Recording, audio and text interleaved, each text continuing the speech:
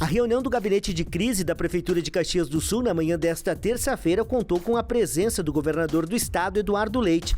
Participaram do encontro na sede do CIOP diversas lideranças municipais e estaduais. Entre elas, o prefeito Adilote Domênico, a presidente da Câmara de Vereadores Marisol Santos, o deputado estadual Neri Carteiro, além de representantes da Defesa Civil, Brigada Militar, Polícia Rodoviária Estadual, Polícia Civil e Exército. Foi apresentado um relatório dos principais estragos causados pelas chuvas dos últimos meses no município, com preocupação para os deslizamentos de terra e desbloqueios de vias no interior.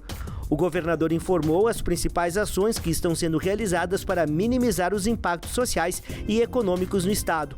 Ele também confirmou o repasse de 14 milhões para aprimorar a infraestrutura do aeroporto Hugo Cantergiani. O tema do aeroporto, que é crítico para o estado do Rio Grande do Sul, não apenas para Caxias do Sul.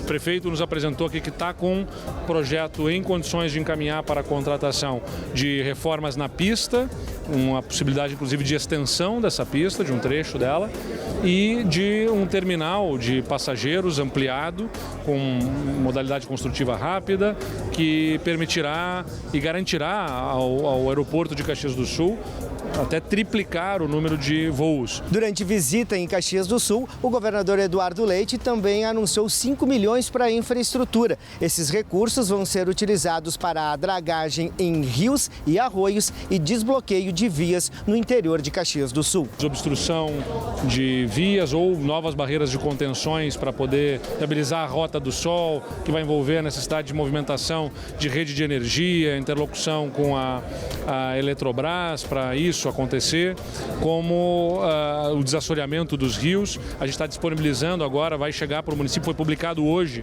a portaria no Diário Oficial do Estado, que vai disponibilizar outros 5 milhões de reais para o município através do Fundo a Fundo da Defesa Civil.